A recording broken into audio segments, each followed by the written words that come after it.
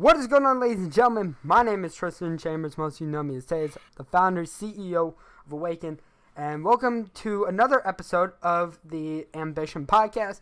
Obviously, a little bit of mixing around with the episodes and scheduling, and of course, I'll kind of touch on that towards the end of the podcast and stuff like that.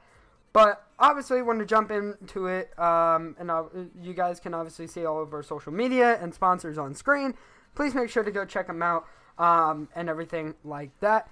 But obviously, we have a guest for the podcast, which is my friend, and most of you know him, Parker, over at Senior Origin. Say what's up, man.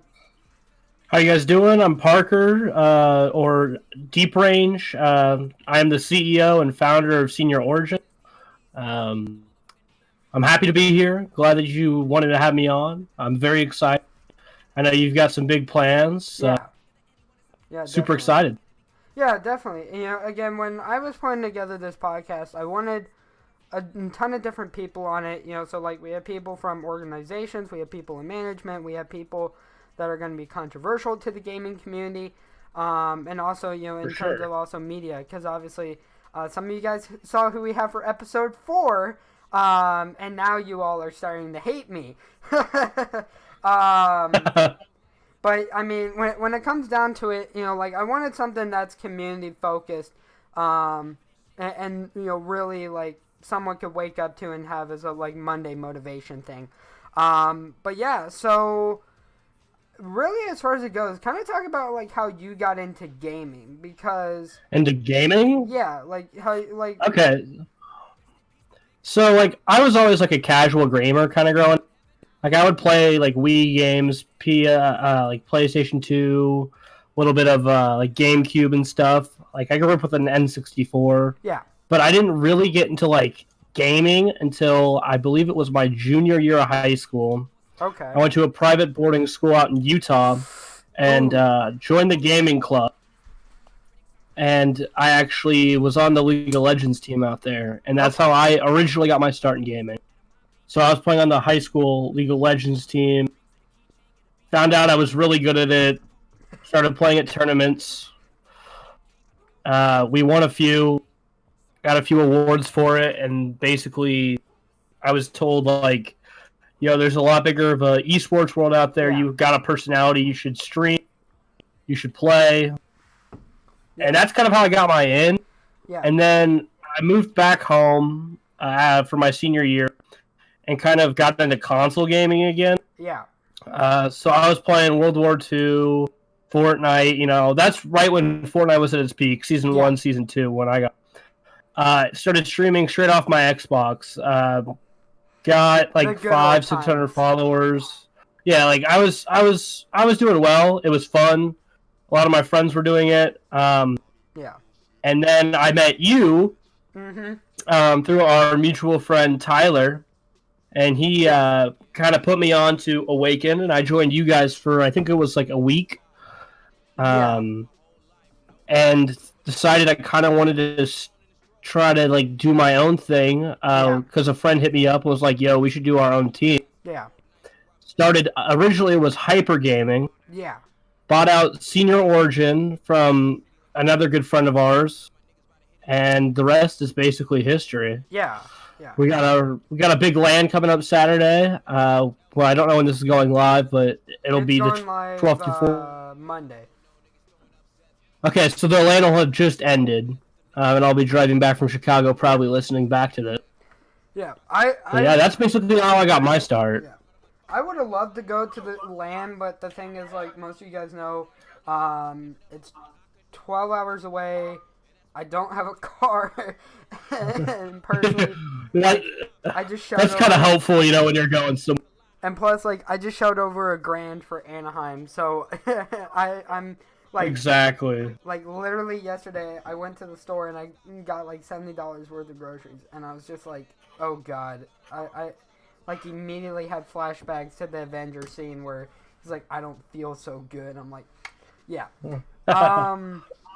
Most of you guys know my gaming background, obviously, because, but I guess I'll just say it, you know, anyways. Let's see, how I got into gaming was at the age of 4. This is when Atari's N64s and like handheld games were becoming a thing. Like not Game Boys, but when like Deal or No Deal and Yahtzee had the handheld. I remember those at my grandparents' house. Yeah, I would go to the military thrift store because I lived on a base overseas at the time, and literally the first thing I bought with like $5 was that game.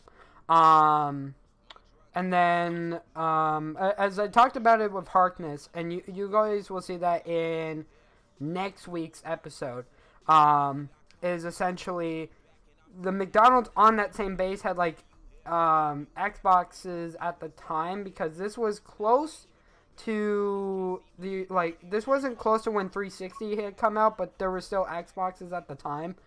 The original Xbox? Yeah, so I got to play like Call of Duty games and stuff like that. I still remember playing Big Red. That game was so much fun when it originally dropped. No, but like the McDonald's was odd because they allowed you to play Call of Duty in there. So at the time, yeah, I remember that. At the time, it would have been 2005 or 2006. COD 4 had come out, so started playing that. Or was it COD 4 or something like that? I think. I think it was either COD 3 or COD 4. Yeah, and then basically like the thing was like for me, if I got kicked out of the McDonald's, I went across the street to the Navy Exchange and I just played from there. Then let's see, moved back here to the States. My dad had a PlayStation 2 and a PSP Vita. Would play GTA San Andreas with him on both of them until the day he broke his PSP on the ship, and then we somehow got a Wii, and I was like, no. Actually, everyone talks bad about the Wii. I loved the Wii. The Wii was okay, but I kind of hated it just for a couple of reasons. Then let's see, I was one of the only kids in middle school who had Black Ops on the DS, and used to play that when I was even at like rec centers and stuff, just for the fun of it, because I got tired of like whatever they were doing, and I was like, no, I'm just gonna go relax and play Black Ops 1 campaign on a DS. That must have been hard. I remember I still have my DS. Those screens were not very responsive. No, not at all. And then, 2011, my dad had a friend who now lives in a different part of the East Coast because we were living there at the time. And we went over to his house, and I was playing Modern Warfare 3, and that was like the first time in a while I had played a COD game. So then played that. I will say I do remember like growing up the late nights at like your friend's house where you would just sit and grind BO1 zombies. That's like my first true memory of like just sitting down and grinding out a game. Yeah. Like, cause I know that we like put a lot of time in like finding all the glitches before like they would come out and. Yeah. And then, obviously, Black Ops 2 came out, and then in March of 2012 is when I started my channel. Quite honestly, I pestered my parents to buy me Black Ops 2 at the time, because I was a little... What would I have been, 12 or 13 at the time? That's when YouTube COD, I think, was at its peak, too. That's back when Scump and Nadeshot were getting big on YouTube. I would say... two different eras of Call of Duty were big on YouTube. Black Ops 2 definitely, and then Advanced Warfare, just because of how different it was, and also for the implementation of supply drops and how much clickbait attributed then to the growth of YouTube in Call of Duty at the time. I agree. For me, though, like, I started my channel, and I talked about this in the podcast with Harkness, that I started it doing two things. One, at first, like, I thought it was cool if I got a kill with a canine dog or something like that I would just post it as a final kill cam. Then I fell in love with the pub stomping community, and I was like, well, I play on Xbox, everyone's a bunch of sweats. How can I kind of fit into these guys? Because, of course, at the time, I didn't know anything about, like, commentating or whatever. So, I told Harkness this, and I'm pretty sure you will shake your head at me, was that I decided to count like public or private match gameplays as public games. I would put bots on veterans and do that. Like, now I admit to it because like I've wised up, and that was obviously like 7 years ago.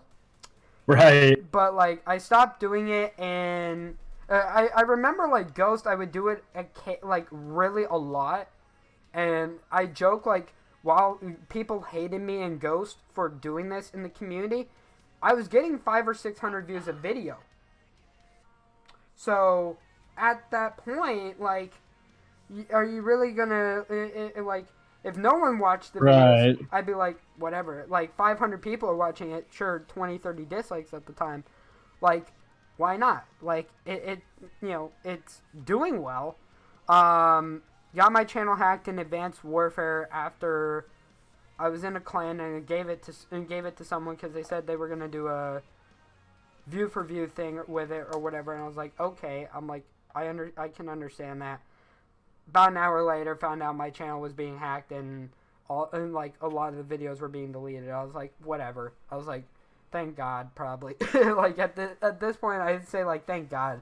There's some videos that he didn't get to, but I was like, some of these videos had 200-300 views on them, besides the ones from Ghost. And I've seen some of your. I remember watching a few of your videos back in the day that you showed me. Yeah. That were still there. There's some and that there's some that are still there. But personally, like, I kind of am happy about when I got hacked, because like a week later, Chuck Canadian Gamer, Dr. Pineapples, and a couple of other people who were in Carnage Clan at the time came to me and were like, this is what you need to do if you want to succeed at the time. So I was like, okay. I think a couple of the videos I were able to save were my channel getting accepted to Machinima, which that was a second channel with like 0 subs, 0 views, everything. But like at the point in time, that was 4 years ago, and I thought it was that was when they were small. Yeah, like that Machinima, was back when they were small. Like that was a big deal back then. Like yeah, if you got on Machinima, Machinima for any channel, it was considered a big deal. So for me to get it on like a channel with 0 subs, 0 anything, was great until I like hated Machinima and wanted to go back to Freedom, and they told me like the only way you can get out of this contract, because I didn't know anything about contracts at the time, right? I was roughly 15, 16. So they were like, the way you can theoretically get out of it is deleting that channel. I was like, well, thank God it's not the main channel. So I was like, deleted it, and got unlinked immediately. Boom, went back to Freedom, and then a couple of networks later ended up at Scale Lab till the Logan Paul Japanese video happened, and then they had to let me go, which I understand why. But no, and then from YouTube, obviously, found Nadeshot, and OpTic Gaming, and fell in love with what content was at that time. So that was what got me really into watching YouTube. Like watching them, I remember watching the OG Smosh Gaming. Yes. I probably started watching Nadeshot and Scump. Those were the two guys I watched. I probably started watching OpTic during the Black Ops 2 Road to 100-0. Yeah, that makes sense. So I just watched that. I just watched the 100-0 video actually where he got the. Of course, I've been watching YouTube for longer than I've been on YouTube, which is crazy. I think that's everyone though, honestly, because you to get into YouTube and want to do it, you gotta watch somebody that like inspires you to get into it. You know? No, I've been watching YouTube since 2006, since the beginning. Like, and it was way ahead of its time. I was there when before the Lonely Girl thing was exposed. So, I never watched around that time. Yeah. I never got into the Lonely Girl. I just watched Video Game High School this year. I did. That's true story. What was it? 2 weeks ago, started video game high school, Yeah. episode 1, and I was hooked, finished it the next day. Yeah. Yeah, I was very... That's how far behind I was. I got hooked on that. Hopefully you've seen FPS Russia and Epic Mealtime. If you haven't, oof. Yes, FPS Russia, my cousin actually really liked, and he did a lot of impersonations of him. Yeah. Which is funny, because that guy is not Russian. No, he's from Georgia. Yeah, he's just an American who got into it, thought it was pretty funny. He was the original, in my opinion, Dr. Disrespect. I wouldn't like, call had a him personality. I well, no, like, the guy that was doing it like that, making their own persona. Yeah. You know, like, just... Yeah. I get where you're going at, but I think, like, two separate industries, two separate, like, personas. Oh, for sure. So, like, there probably is similarities, but yeah. Just with the idea of, like, creating your own... Yeah, like, creating your own character. Fake persona. Yeah. Because at the time, people didn't really do that. Yeah, especially with what just happened with Dr. Disrespect. I think it's kind of funny because, like, everyone's going out and being like, he didn't apologize. It was Guy who apologized for the brand of Dr. Disrespect. I was like, right. I'm like, it's an apology nonetheless, people. Like, take it or leave it. Like, he apologized. Right. Because you have to think of him as Dr. Disrespect at the same time. So he's representing the brand at all time. Yeah. I mean, there's certain moments when I think respect and apologies should not be given. But you typically know my viewpoints on that. Moving into, I guess, more esports things, right? Obviously, sure. I hate to bring it up because, again, we're both Call of Duty fanatics and we just name dropped OpTic. And there's obviously some things you and I both know. Not going to mention it. Right. But, like, what are your thoughts about this whole thing? Because, obviously, like, again, OpTic is the pinnacle, the, like, starter for a lot of people's careers in esports and content. And we're seeing, like, a lot of just nonsensical things happening. Like...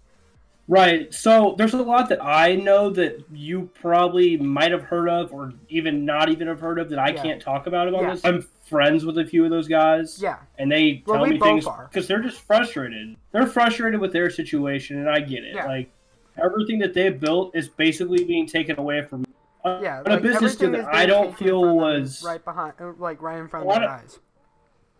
Right. And, like, a lot of people are going to blame Hector for it. But at the time, he thought it was a good deal. Like, he was made promises that weren't kept to him. Yeah. And, like, he was told all this money was going to be spent for the certain things. Because people don't realize. People talk about how, like, they're going to lose their LCS spot. They're going to lose their spot.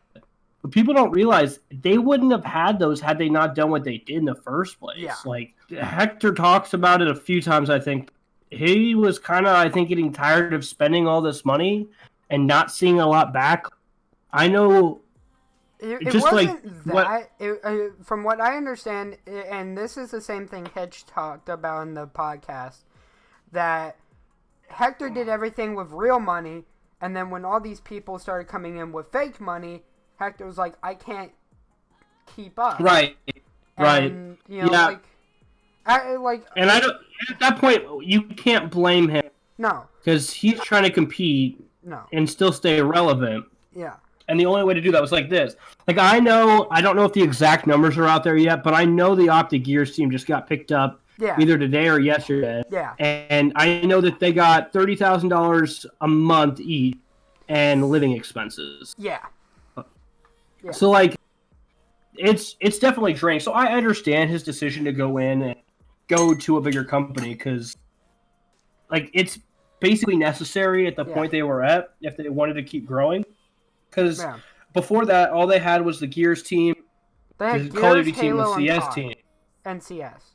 They had 4. They had right. COD, CS, Halo, and Gears, which were all being funded by the sponsors and Hector. and which I've heard rumors, so I can't speak specifically on numbers for that. But I heard it was costing them basically an arm and a leg to have the rosters they had. I wouldn't doubt it. I mean, because esports has become more costly than ever. Like, and they have at the time some of the biggest personalities on their teams. Yeah, like I remember when in Lethal and Snakebite. Yeah, those guys were transferred in from the best Halo team at the time. They paid to buy that team out. Like, I think a lot of people don't realize it, but like, okay, an idea of when CSGO got really big, like a couple years back, you could pick up a main or even an advanced team for relatively nothing, and now people want like $500 per player per month on top of everything else. Like, right, I have Brazilian teams who come to me all the time. Is because they've been given it. Like, I have European and Brazilian teams that come to me all the time, and they're like, if we can't have salary, can we have a team house? And I'm like, the team house is gonna cost as much as the salary. Are you kidding me? Plus, like, it would take 6 months even for you to get a visa, and contracts relatively in esports that I've always done are 3 months at a time. So I'm like, what are you gonna do?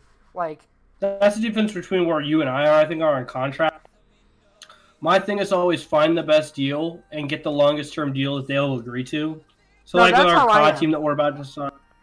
Because I won't do anything under, like, at the minimum that I've ever done is 6 months. It was one thing. Usually I'll do at least a year on all my contracts. Yeah. Because as a former player myself, I get it. It takes time to like get actual result. Yeah. And I think that's what Hector did too. Because if you look at like their CS team, they went from Shazam to not like making it work out. Yeah. To winning season 2. Like, it takes time. Like, people just don't realize that. Yeah, I think a lot of people don't realize, like, especially these days, like when I see like disgruntled players or organizations like having trouble, right? The first thing I always say to them is realize this: Rome was not built in a day. It was not built, or it wasn't built in minutes. It wasn't built in an hour or a week or a month or a year. It was built over time, and you have to have patience, right? Like, I tweeted out something that I tweeted something out on the Awaken account this morning that was a quote from one of the Husker games I went to. Let me find it here. It was, our tradition is hard work. It takes sweat, blood, and effort, loyalty to the team and mission, faith in the process. Right. So literally, and that's 100% what you need in esports. And like even my pin tweet, something along those lines. My pin tweet is a Hector quote from one of his vlogs where he talked about like, isn't it the how one bad do you want to make this a... Yeah, isn't it the one where he's sitting in the chair and he goes like, esports is a 24/7 business. If you're not giving it your like quote. Goddamn all. I see a lot of people always tweeting that out. Yeah, that's also my pinned tweet, because I watch it every morning to remind myself that, like, if I want to do this, I got to be committed to it, you know? Like, because at the end of the day, I also have, since I, like you, run an org, it's not just me I'm focused on. I have 40-plus people that me and my staff have to take care of, and then on top of that, I take care of my staff. Yeah. So, like, it is definitely 24-hour day job. Like, I remember when I first started the team, I was putting in probably like you were working really hard, like because I remember when I left you guys, like I immediately jumped in, and I think I did too much initially. Like I tried to do much, but looking back, like it helped me personally grow as an owner. And like I came to you for help, I came to Tyler for help, I went to other people I knew for, but like I was doing it by myself at the time, and it definitely that's why I offered help, because I was like, I understand the stress of building an organization, and I don't want someone else to go through that without having like a support system. The other thing that I think people don't give Hector like a lot of credit for is how much he actually gives a care about the fans in every decision. Now, I hate to sound like a broken record, because every time someone calls Hex a sellout, I'm the first person to step up to the bat and say no. This man has spent hours of his time, with fans, has gone out of his way to take photos, to chat with them, has done multiple interviews with me. I talk about it with Vegas, right? Like, there were 3 different times during Vegas I had asked him to do an interview, and we never got to it. Finals ended, 6, maybe 7 p.m. that night at Vegas. 11 p.m. at night or so, I'm sitting in the Hard Rock Hotel, just finished talking to Richard Lewis. Hex comes up to me with Diesel and a bunch of guys behind him and goes, "Are you ready to do this?" Right?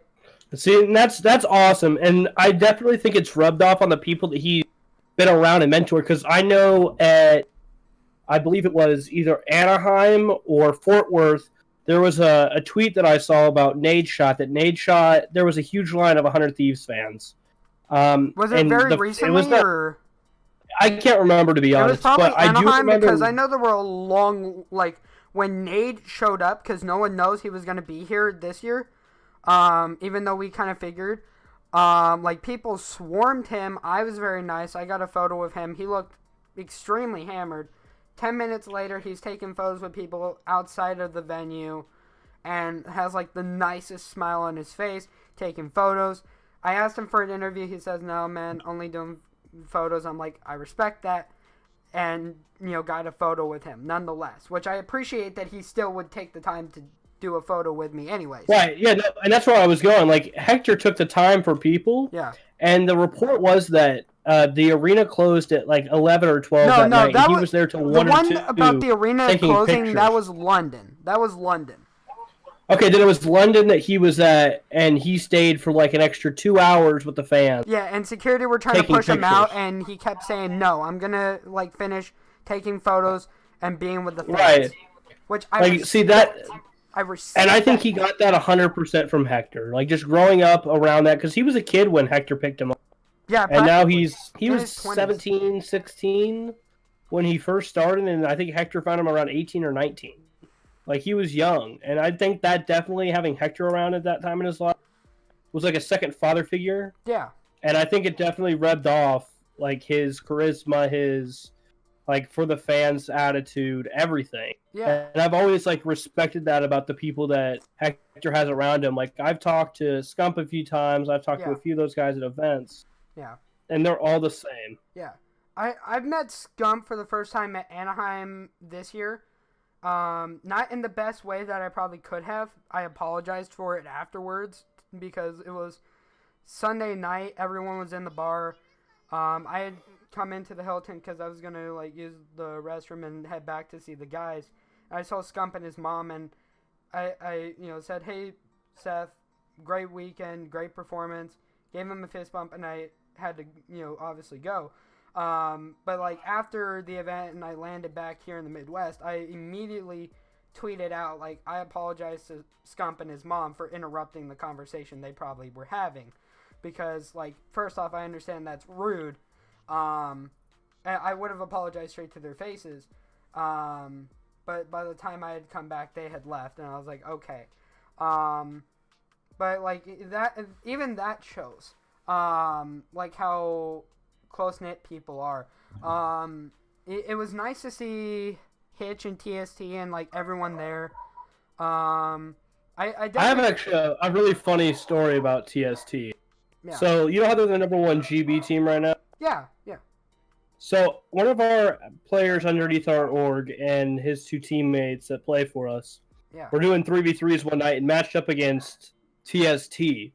And so they immediately tweeted it out. They were like, "Yo, get in here, stream, go into his stream, hype us up." Yeah. Our team beat them first map 6-2 and second map 6-3. Okay. And we were still hyping their chat that we got banned by George for being a little too much. And when we were done, we call our buddy Topaz the Iceman. He's 16 now. And the kid's nasty.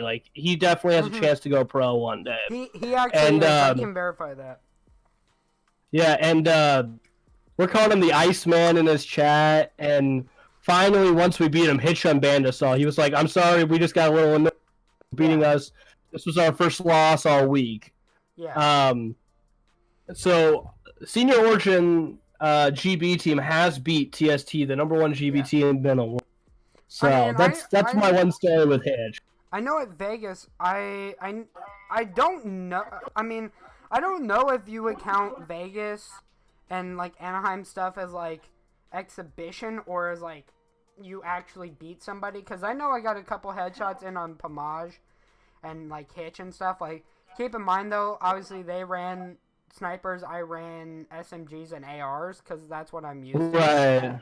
Are you talking about like at the scuff station? Yeah. So I don't know if you would classify it as like an exhibition, like, or. I think that's just more for fun, like with the fans. To be okay. Because like the only time I really saw an actual exhibition going on was the Mob versus TST at Anaheim. Yeah. Yeah. Like that I would consider like more of a exhibition. Yeah. When they're playing the fans, I don't think they're trying as much as they do when they're playing like online. Because I've seen Hitch firsthand play. Yeah. And he's pretty dang good, in my opinion. I've seen him play both online and at events. One of our guys actually got clipped by Hitch. Or one of our guys from Anaheim got clipped. He's you know Jake, right? Yeah. Jake he killed a guy mid-grav, and Hitch turned around and like gave him a thumbs up emoji and clipped it and put it on Twitter. And I saw it, and I was like, what the hell, Jake? I was like, god damn.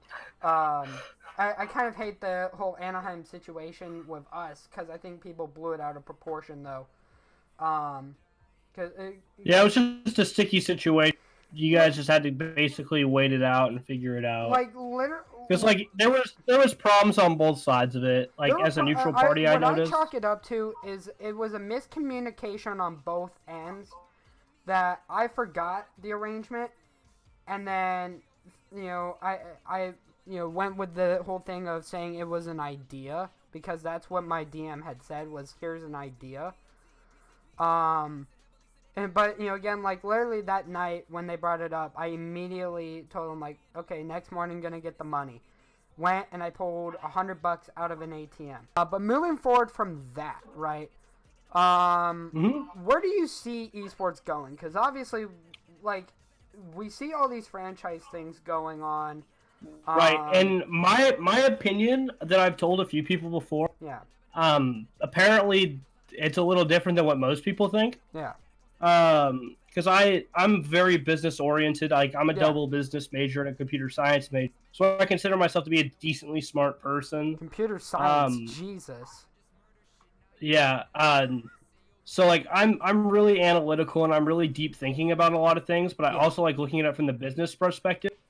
And my thing, I'm a little mixed on like situational. So like I believe franchising is a good thing to a point. Yeah. So I believe like the Overwatch League, the way they did it works perfectly because they started off as a franchise. And then I'm personally anti franchising for COD. Yeah. Like, I think it could work. I personally believe it could work.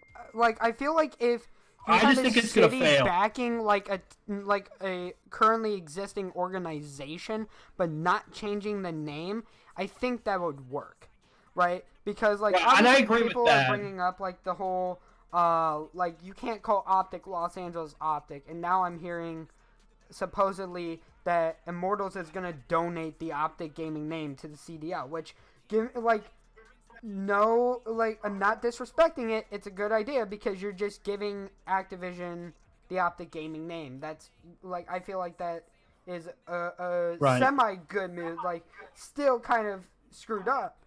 But, like, I've talked about this in the past. I really like the franchise model Overwatch had.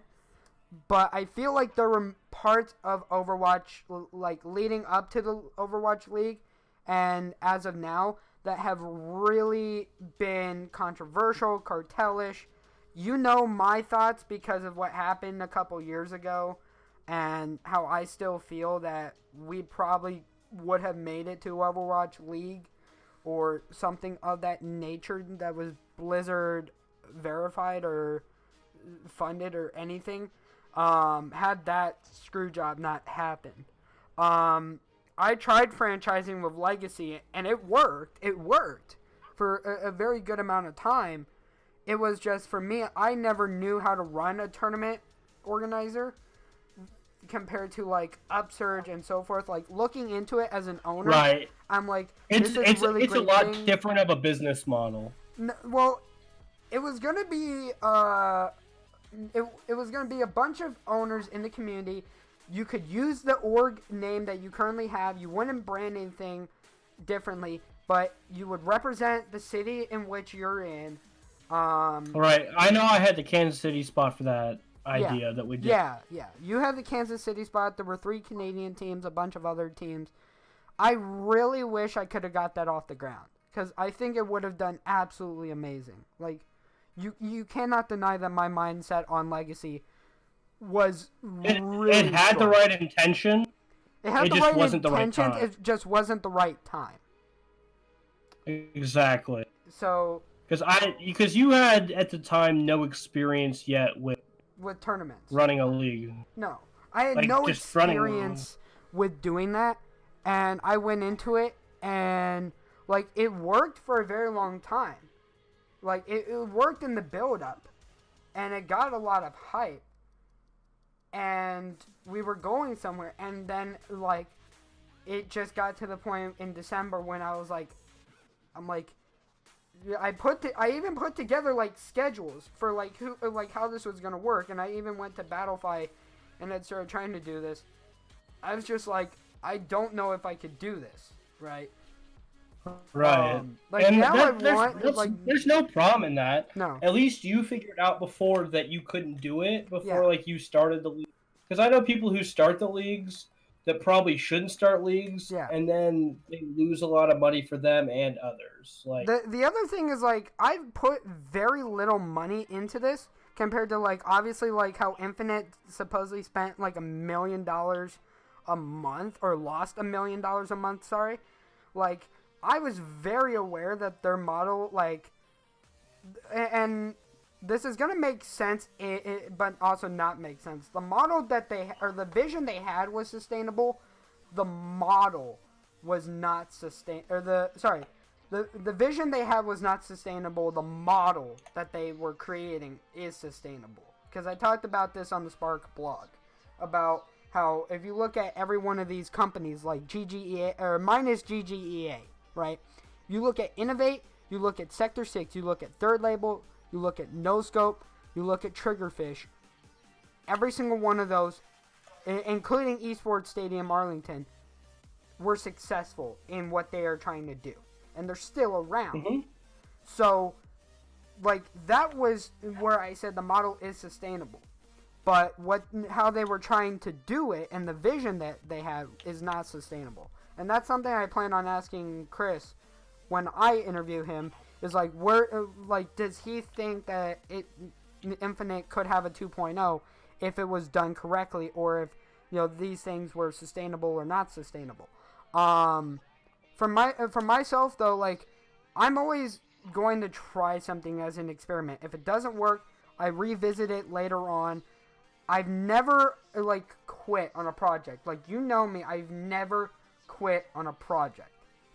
I've not given up on Legacy, because I've even said, like, it'd be cool to do something like gaming centers with the Legacy name, and do that where people can come in and play similar to Esports Arena, and do it in these places like Nebraska, Kansas, Iowa, Illinois, where esports is now really growing and being, like... Right, and that's why I think, like, so back on, like, a little bit on the franchising, I think franchising for the amateur scene wise is going to make it 10 times better. Yes. I feel like the amateur scene next year is about to explode, and I feel like companies like Midwest Esports, AGN, all those are about to...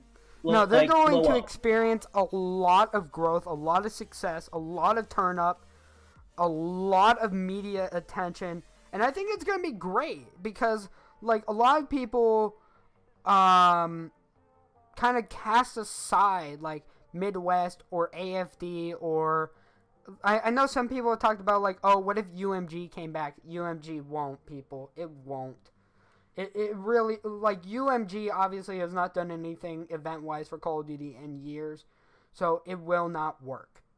And so that, for me, is where I'm always like, I really want to see a lot of these groups succeed, because especially, I know Ramsey at Midwest Esports, and I really hope a lot of them succeed in what they want to do. Like, I'm really close with Austin for Esports Midwest. Yes. And I'm close with him. I know Ramsey pretty well. I know his girlfriend well. Yeah. And I think what they have going on is going to be awesome for the community. Mm-hmm. I've been trying to get them to come over here to Nebraska. Like, not into Bellevue or, like, other areas, but, like, in Lincoln, at a university, like, arena, or whether it's Pinnacle Bank, whether it's the Lead Center, whether it's freaking one of the rock concert theaters here in town, because you could still fit people in there and get some people to watch. And the best way for us to be able to accomplish that with a company is to honestly partner up with them, because that's what he wants to do. I'm good friends with the Amburner. I'm good friends with Amberson Tea Time. I know all the people that are inside of it. I help out with Org Avengers. Yeah. And they have all their groups made for, like, all these businesses that I'm also a part of. And I know that, like, AGN and Midwest have been talking a lot. Like, all those companies. Yeah, AGN. God, I hate forgetting AGN, because me and Quattro have known each other for many, many years. And all those guys are starting now, because we started these chats being proactive to, like, work together for the next year, because they want to put on $10,000, $20,000 lands at big arenas like we've talked about. And honestly, the best way to make that happen is for them to partner up, and then for people like us to basically go in and sponsor them. Because I know that esports, I know Midwest is offering now a system where you can go in and basically be a sponsor for a certain amount of money, and they'll put your logo on all their stuff, and you'll be a sponsor to help them grow so they can do more, which I think is a great business model. And originally it started from my friend Hex, Aspire Hex. He did it for his own org, which I thought was genius, getting other orgs to partner up for social media growth and org growth internally. So what they do is they basically offer packages. I've given my thoughts on super orgs, and you know I don't like it because of how old. Right, I don't see that as a super org kind of deal. Well, no, the way I see it is because, like, people are throwing around the word super org, right? Like, the only group I think you can literally call a super org, well, two of them, right, is Luminosity, because they, like, Luminosity and 100 Thieves, because both of them have taken advantage of the OpTic situation. Both of them, like, Luminosity especially, took the Red Reserve situation that was really bad and boosted themselves social media-wise in a way that no one expected. Because when they got, when they got the Red House, the Luminosity channel went up 200,000 subscribers. And then the most viewed video was announcing the house. Like... Right.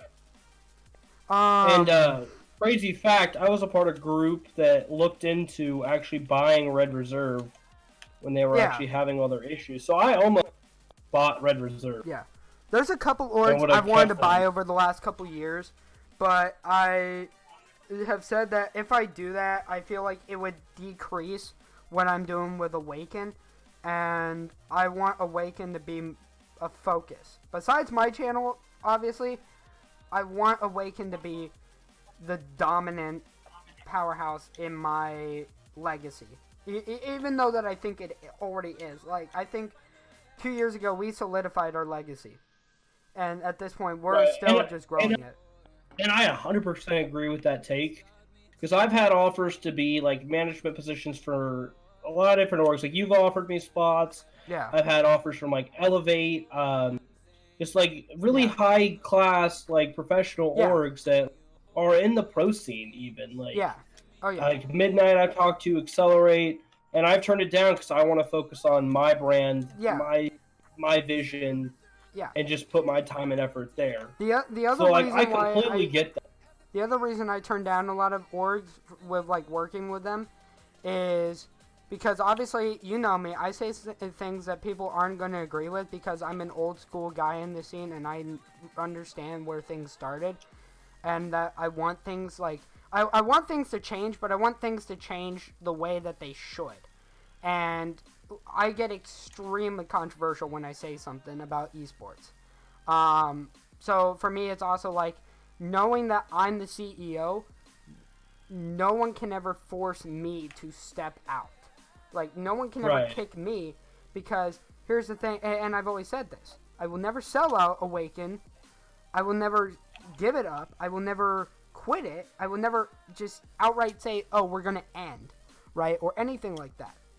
And the thing for that is, one, because of loyalty. Two, because I'm never giving up on anything, ever. The day you give up on something is the day that you admit to yourself, in theory, you're a failure. Agreed. But it's I mean, that, to an extent, I agree with that. Like, because sometimes people end their orgs to start like a new venture, and I wouldn't see that situation as a failure. But like, just ending your org and quitting out of the community, I agree that if that's your mindset, you shouldn't have been there in the first place. Yeah. Like, and I don't say that trying to be a bad person. No, like, we mean it in the best possible way. Like, when we say, like, you, like, I know what you're getting at, and it's in my mind of what to say. Because in the end of the day, you're not just ending it for yourself. Yeah. You're also taking away an opportunity you gave to others. Yeah. So in essence, you owe it to not only yourself, but to them to keep it going. Oh, I turned down a merger with U4X a couple years back because they wanted it to be under the U4X name, and I said, no, thank you. Because I go, one, you're going to push me out the door within a couple months. Two, everyone's going to be with you. And also, what's going to happen to the history and legacy of Awaken? Guess what? Turned it down. About a year later, took off. Freaking took off. And I think that's one of the smartest things I ever did. I've gotten offers for less than what a team pass costs to buy Awaken. And I go, no. Like, I've actually said this, and I know you've seen me say it, that you would have to put a gun to my head in order for me to sell Awaken. And even then, I'd tell you, fire it. Like, come on. Because it's not me, like, that... Well, okay, there's two parts to it. Obviously, the members are what builds an organization. But, again, like, there's the masterminds. Like, TSM has Reginald. 100 Thieves has Nadeshot. OpTic had Hex. There's myself at Awaken. There's you with Senior Origin. I'm pretty sure if you left Senior Origin, gave it to someone else, it would be gone within 6 months. Same. Like, literally. Well, we actually had something like that happen recently. Yeah. So. There's orgs in the scene, and you know the ones I think of that do this, that use people up for ideas, and then just say, oh, by the way, tossing you aside. Like, literally, that is the one why, like, Awaken is, like, so close-knit, and why everyone is a family, and, like, on top of that, when I say a family, I mean, like, when I've gone through the years of depression, I don't talk to my family first, I talk to the guys in the Awaken chat first. Like, that's how much I confide in the guys. Like, when we're going through family issues or stuff like that, when Nathaniel went through all his stuff, immediately I jumped and I was like, dude, what do you need? Like, do you need me to find you a place? Do you need me to give you money? I'm like, dude, if you can make it out here to Nebraska, I'm like, we have a guest bedroom. I'd let you stay here. Like, everything. Because, you know, that's kind of how I am. And also, I think, like, when people are in a bad situation, you take care of them because of what they've done for you. Exactly. And I can only think of, like, 2 or 3 orgs that I've dealt with ever that are like that. Like, one off my head would be one that's going around right now. It's causing a lot of problems for teams on social media. Basically, like, just stirring up a lot of issues. You probably know who I'm talking about. Yes. I didn't want to name drop them because I was like, I know who it is. Right. But I didn't want to name drop them. But at the same time, I feel like people should name drop every now and then, just so they understand, like, the perception that people like that cause for esports and in the community. No, but then I have orgs that I work with that I love. I've worked with Lethal Divide a few times, which is Nathan. What they started. Yeah. And I love working with those guys. They're awesome. Lethal and Tyler are freaking awesome. They're we help each other. A lot of the guys who and orgs we respect, we've all been a part of one thing, and that's Awaken. Either Awaken Tyler's or been part of Awaken. Lyoko's been part of it. Goody's been part of it. Everybody practically that we know in our inner circle has probably been part of Awaken in one point of time. Which I think is awesome, especially for the fact that a lot of you guys come back to Awaken too. Which right. And that's part of the legacy and the family, and what makes us so great is because I advise all the time on stuff for you guys for Awaken, even though I'm not quote unquote associated with you guys. I still feel like I help out a lot for you, and I help out Tyler and them. The other day I brought Lethal Divide a possible COD team that they could pick up. The other day I brought you a possible team for Midwest. I'm all about working with people in the community to help them find what they think they need, because that's just basically how I was taught to help people. So that's always what I've done. Because if you're good to them, they'll be good to you.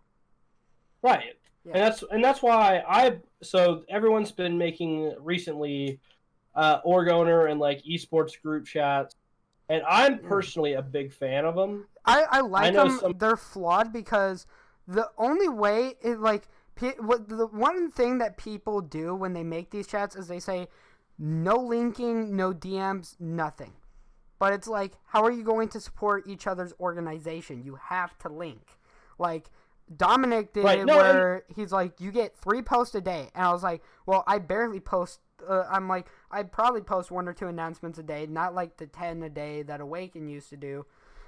Because we understand we need to be consistent now with social media rather than piling everything for a couple days and being 10 likes a tweet, boom. And we still will do those. We'll occasionally do those because it's great to get a spike in social media every once in a while when I go look at the impressions. But I think that's the biggest thing people have to understand and look at the end of the day. See, and I have kind of a similar opinion, but I also think that some of those chats should just be networking chats, just to talk. If it's to give linking ideas. about a team, if it's linking to give teams, ideas, anything along those lines, I'm all for it. But if you're just in there to self promote, and try to choose your tweets and stuff, I'm not about. No. But at the same time. No, when you see me, when you see me in chats, and I hate to cut you off. I'm sorry for cutting you off multiple times. You're good. But when you see me in chats, I'm always talking. I'm always giving my opinion. If someone has an idea, do I typically sound like a super critical person because of the idea? Maybe not. Sometimes it's I'm in one chat where someone was oh, I want to rebrand my org. And I was dude, that's a bad idea because 1, you lose that legacy that you could create. 2, you're spending money on new branding and stuff like that. And 3, this is something that John Taffer, the guy from Bar Rescue, has even said. When you start changing your name multiple different times, you start to lose value. Because someone goes, right. Well, that Twitter used to belong to this team. And it's well, yeah, I ran it. We rebranded. Whatever, right? People have occasionally asked me to change the Awaken logo, fans, and even Nathaniel has talked about we need to do a rebrand, which is why I went to Isaac and I did the and that part I'm evolution. fine with.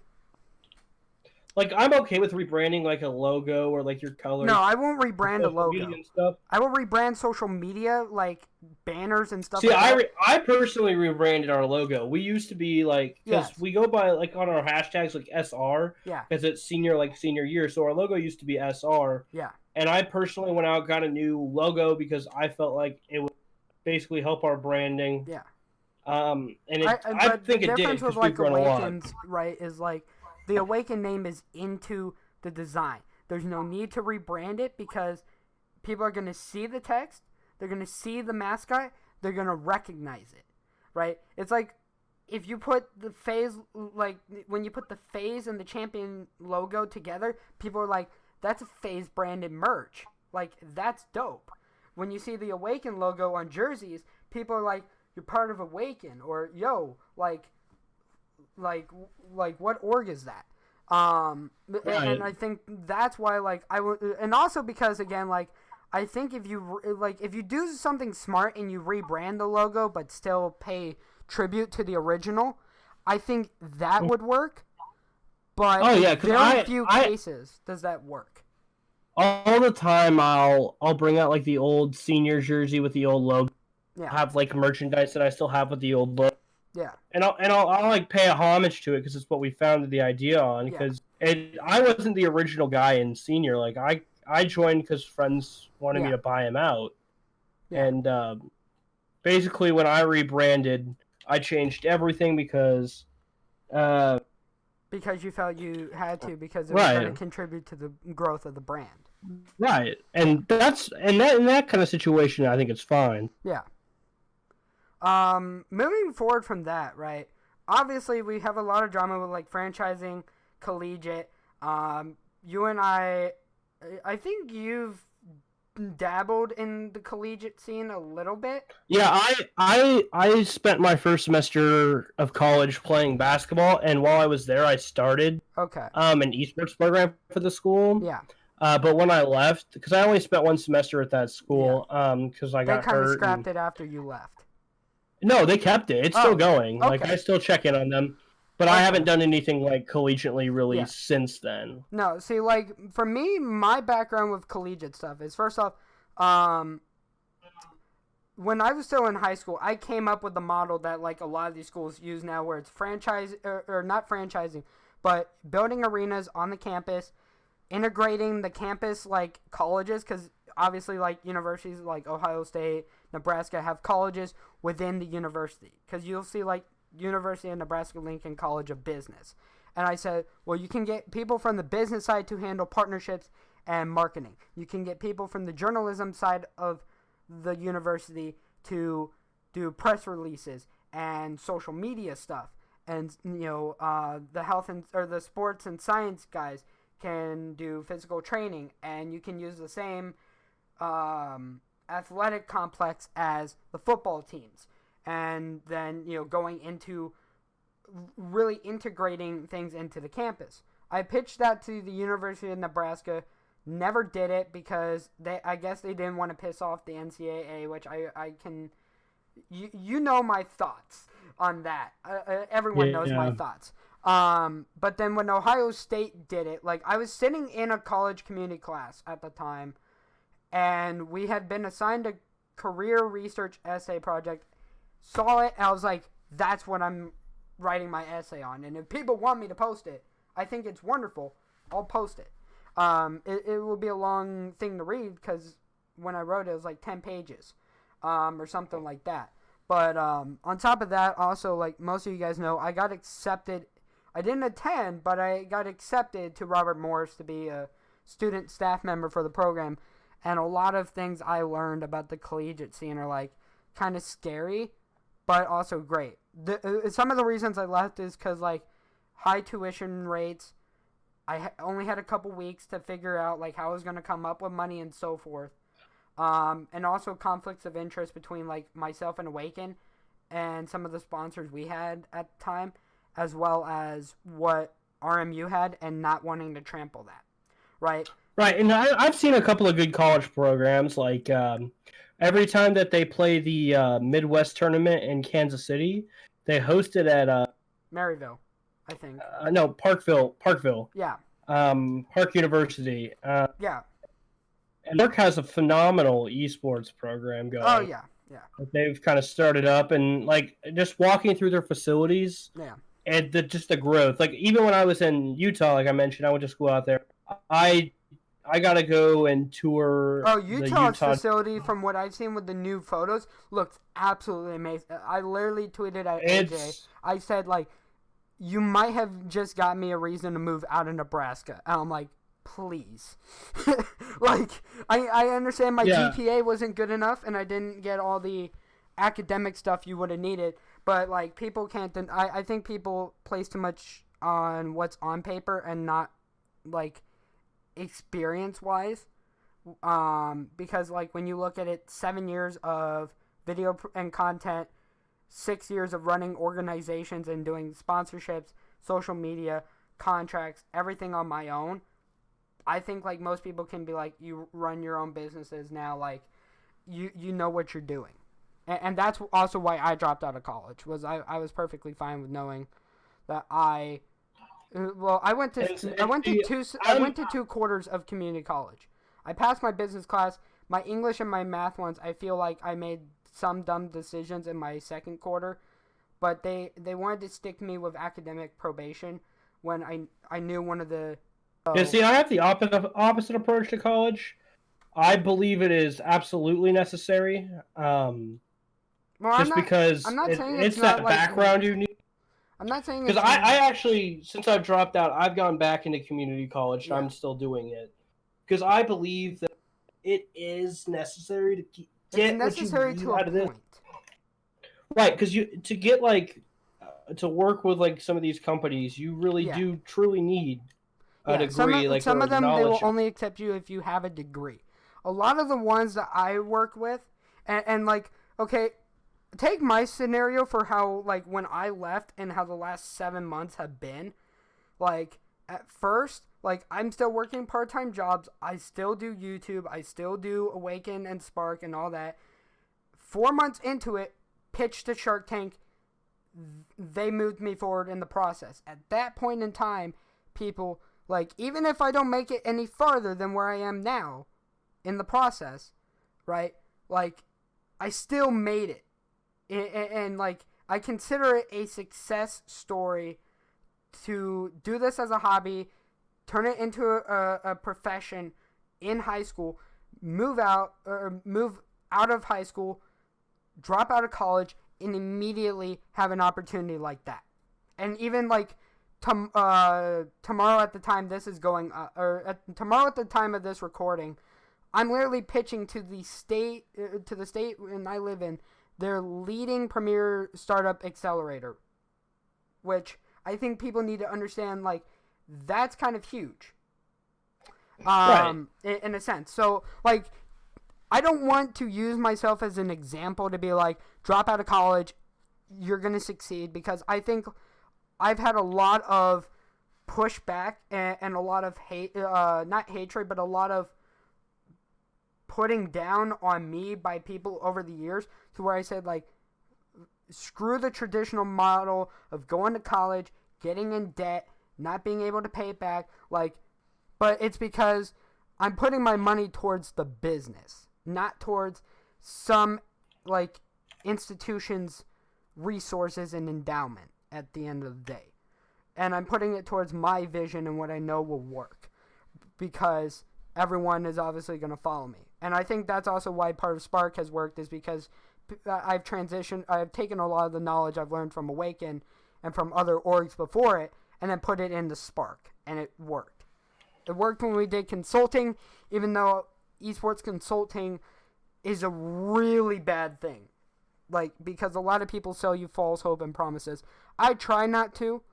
I tried not to, as some people felt like I did, maybe. I apologize.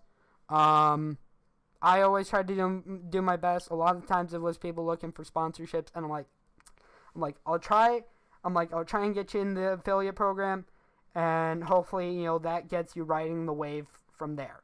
Because that's how it went with, like, Awaken, was we went in with gamer crates, and 3 to 4 or 5 months later, on my birthday, got the first, like, care package.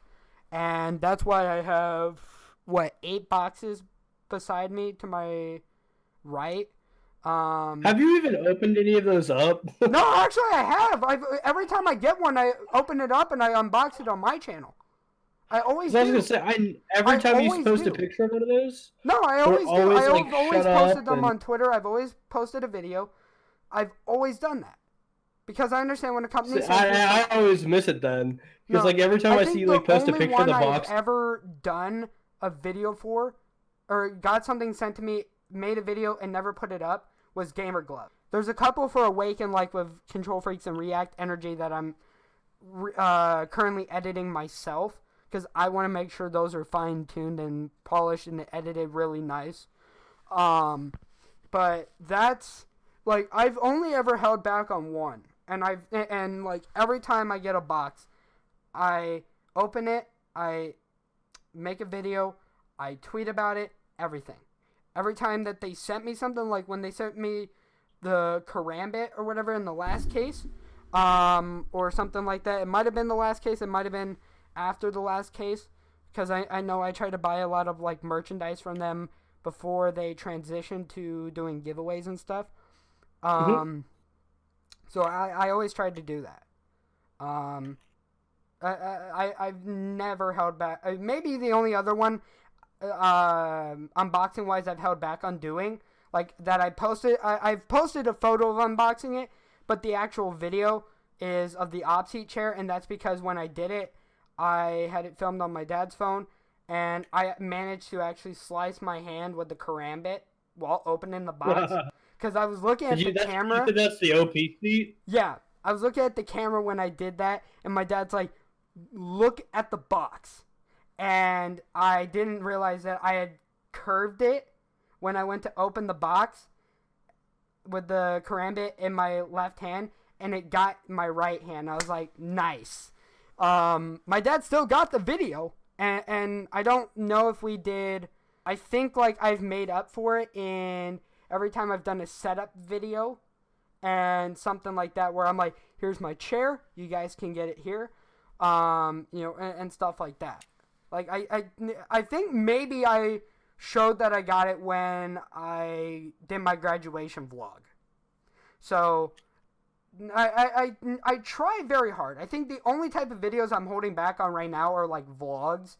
Like when I talk about how many vlogs I'm holding back on, my college trip to RMU from last August, or not even that, sorry, last year's Anaheim, college trip, Paris, Vegas, I uploaded to the Awaken channel, but never to my personal, and I haven't uploaded Anaheim on both Awaken or my channel yet. Because now, why do you hold those back? So, it's never that I intended to hold them back. It's like with Anaheim 2017, it took me 6 months to get to editing it. And Anaheim 2018 was probably the same way. Like, I planned on doing it as like an end of the year. I planned on trying to get it out as early as I could, but got so busy. And then college happened, and then like did all these trips, and like I'll vlog things. I'll vlog as much as I can. But then like life hits you back with a hard smack of reality and says, you got to get these things done. Now I'm like, well, people still want to see them, and I've said like, I'm down to do 2 vlogs a week for however long it takes if people are still wanting to watch them. Because on my phone, like on my 6S, I still have all the video files. Like, I still have them. So, it's not like I deleted them and I'm like playing everyone for emotion and clickbait. It's like I have them. I've just always been busy with new games, covering BO4, Awaken, stuff like that. And it's never intentional to not upload content. Like, I just hate that. I feel like in the case of like Anaheim, where it's every year or something like that, like it's a time sensitive thing. But like I try to do this the best. year's Anaheim, I would have released something just because it's the last event of the year.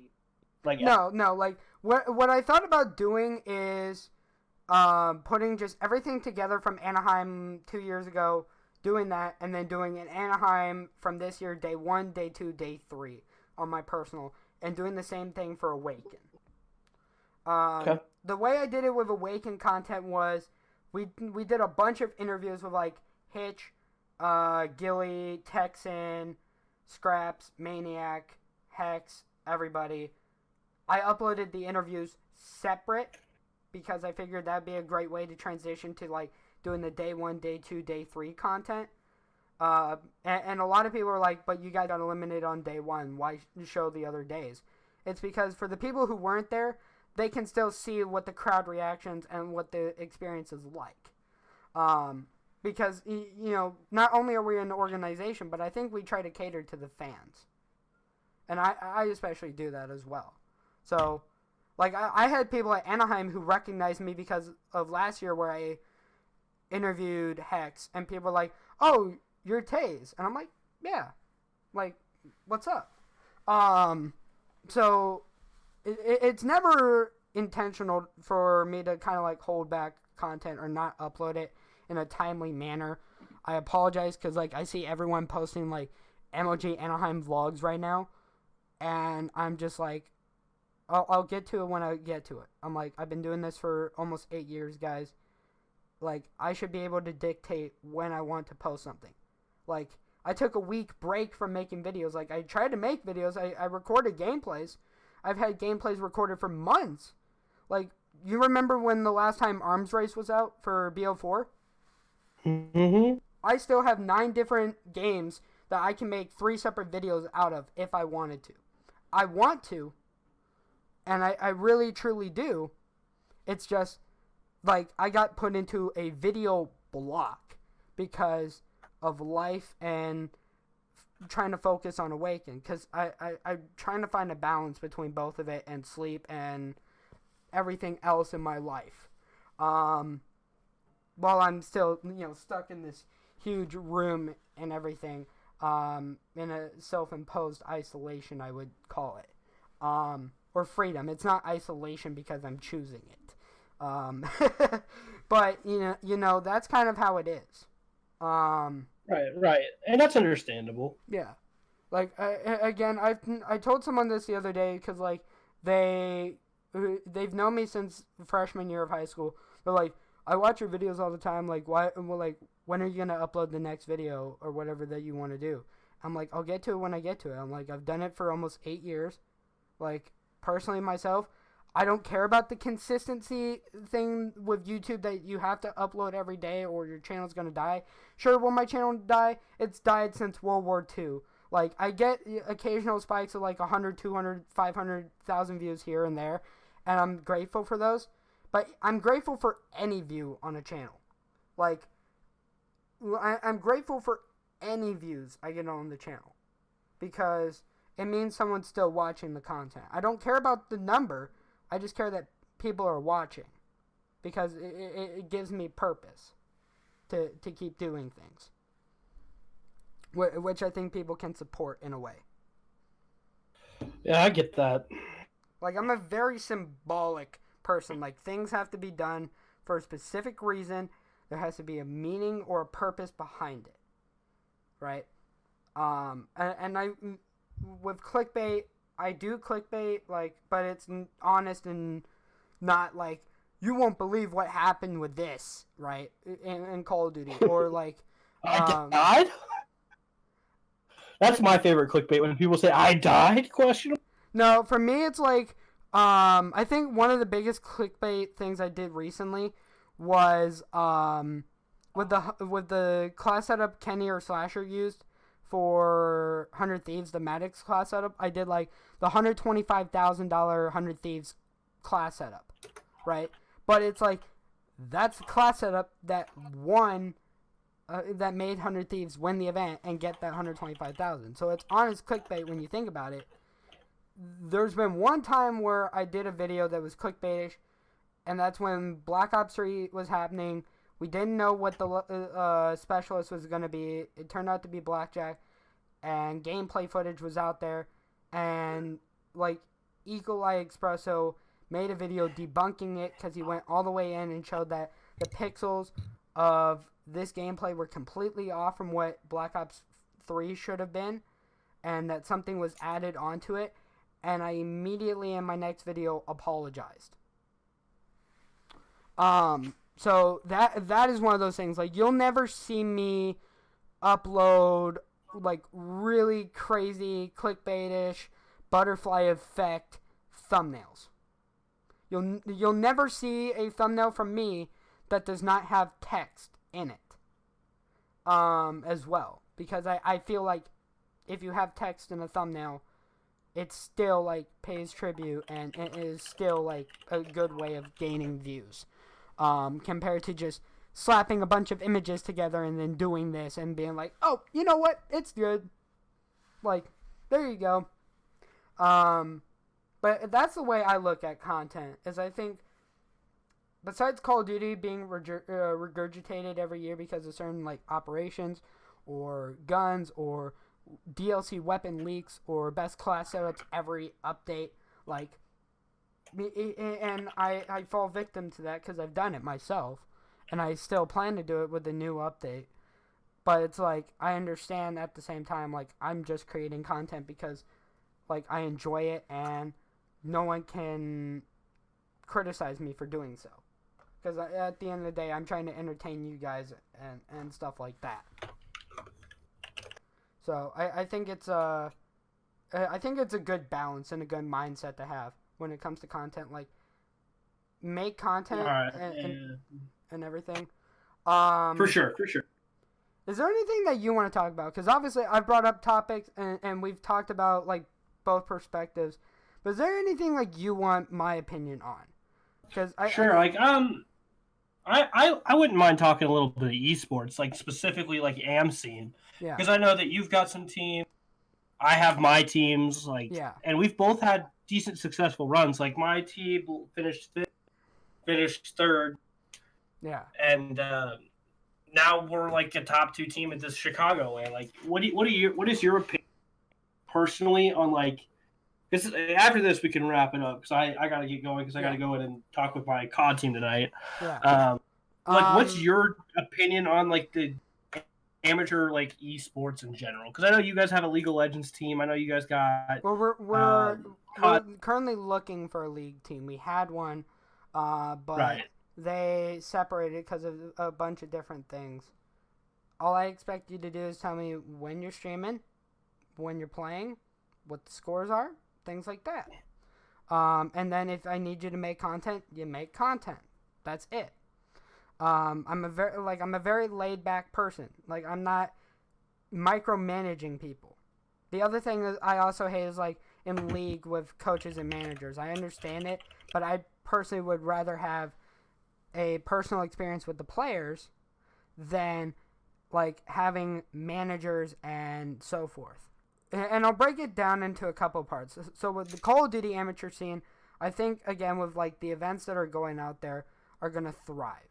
I really do think that there's going to be a lot of powerhouses, AGN, AFD, Midwest, whether or not we see maybe ones like MLYs, I think it is. Like, all these different amateur ones that are out there, I think would really kind of be great. I'd love to see something like Legacy or redo Legacy, or just be part of a franchise. Well, I know they have one for Call of Duty. It's the National Amateur League started the NCO. I know of the NCL, and then I know Austin at Lethal Divide is doing one, and I want to get one in for that. I really do. Whether it's an underage team or something like that, I'd figure it out. Because I still believe there's some people that are under 18 that are really like good players. Like TJ, for instance, spent how many years on the bench because he couldn't go to CWO or MLG events and play. Mm-hmm. And look at where he is now. Like, right, I agree. It's the same. It's gonna be the same way when It happens all the time. Like when they made that rule change, it was because it was a business decision. There was nothing they could do. But it was for liability. It opened up the AM scene. Yeah. In CS, I think that the way ESEA is doing things is good.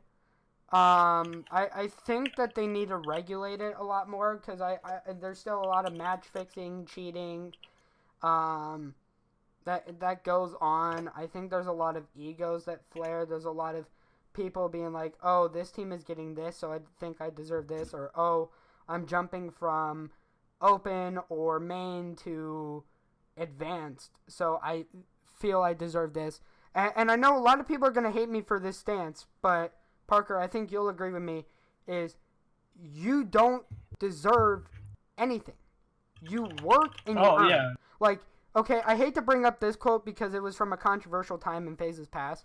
This is from when FaZe was dealing with Ferox, right? Temper said, it isn't about what you have done, it's about what you can do. So I tell people, like, if you think you're going to walk into Awaken and get a salary right off the bat, no. You're going to work, you're going to earn for it, you're going to bust your ass. If you don't want to do that, and you just want things to be given to you because of your past skill, go find another org. Now, if you're something like Miss Harvey or Snakebite or somebody like that with a talented roster, I'm more inclined to be like, okay, yes, you guys deserve a salary because you guys are world champions, you're professionals, things like that. Halo, I would love to see an amateur scene. I think what UGC does with the Halo Classic every year, love it. I would love to see teams show up at that. I think Midwest should do Halo. I would love to see like other I think if they had like a I know they're doing Rocket League. I think what DreamHack does, but if a amateur league or an event organizer did the same thing as DreamHack, where they have like the CS, Rocket League, this other game, all the same weekend at the same place, I think that'd be great because you really get to bring everybody together. I think that'd be really great. League of Legends, I mean, obviously we had UCL, we've had Upsurge, we've had DSG, we've had Player One despite their issues. We have the Stomping Grounds now announced, which is what we're trying to get a team for, whether or not it's now or in the coming months, or even if it's just for Upsurge or something like that. On top of that, I think the fighting game scene, amateur and pro, like, everyone is buddy-buddy, and I think that's what's special. Because, like, especially in sports games, when, like, Jacksonville happened, everyone banded together. Not just players, but the community. And I think that's what shows how great, like, the amateur scene mixes with the pros in certain games.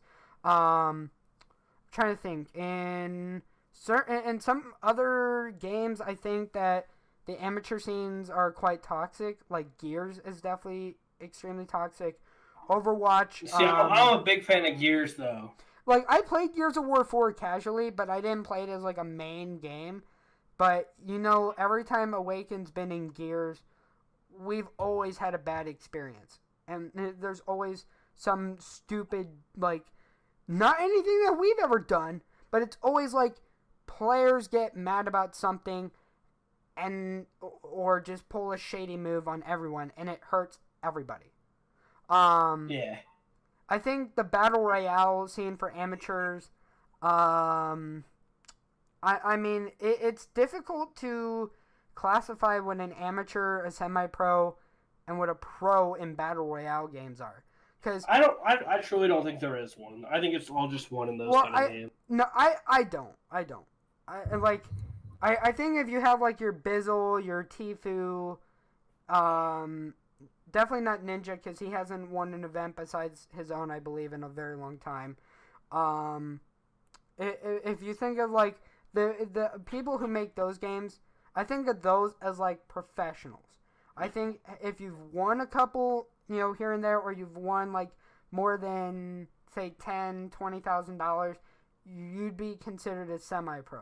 I think you're maybe, like, an amateur path to pro person if you've done 1,500 or more, right? Like, I take a different stance on, like, if Awaken picks up someone because I call them a professional, because we're a professional organization, therefore, typically, like, they have to be called a professional player. But that's how I see the amateur scene. I think that there's always going to be issues with the amateur scene because it's the amateur scene and no one can compete at the level of, like, DreamHack, ESL, or ESL, MLG, Riot, whatever it may be, right?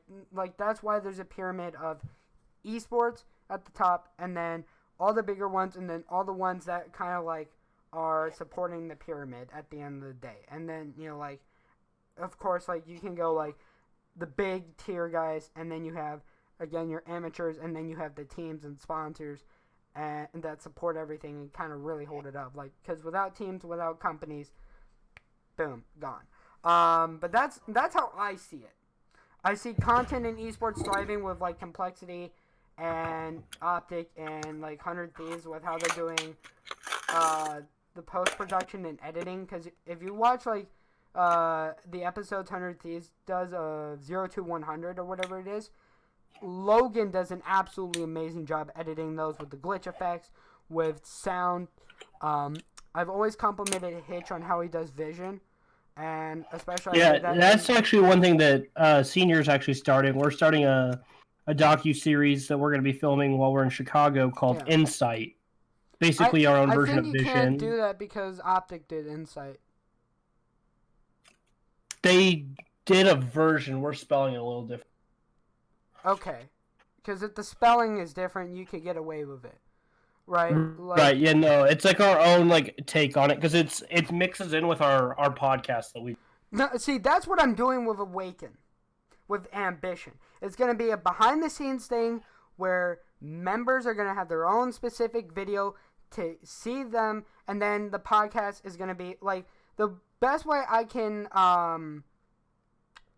match it up to is like a mix of POV, right, with the Self-Made podcast, which is a really good concept, and like I appreciate that people are now thinking of this model like how you are, because obviously I've talked about it, and I think like that shows that these ideas do work.